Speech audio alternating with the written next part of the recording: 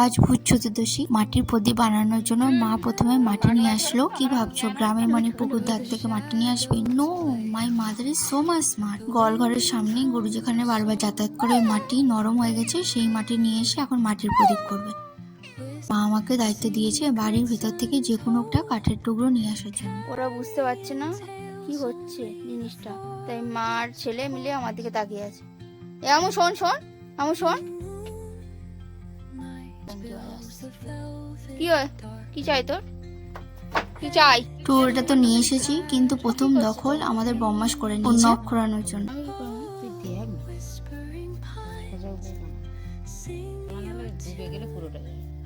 আগে 14 প্রদীপ আলাদা আলাদাই দেওয়া হয়, কিন্তু এবার এন্ড মুভমেন্টে মনে করার জন্য একটা কাঠের টুকরোর উপরে মাটি দিয়ে ছোট ছোট ফুটো করে দিল। ফুটোটা 14 জায়গায় 18টা হয়ে গেছিল প্রথমত, আর সাইজ গুলোও ঠিকঠাক শেপে ছিল না, তাই আমি আমার নিজের টাচ দিতে বসে গেলাম।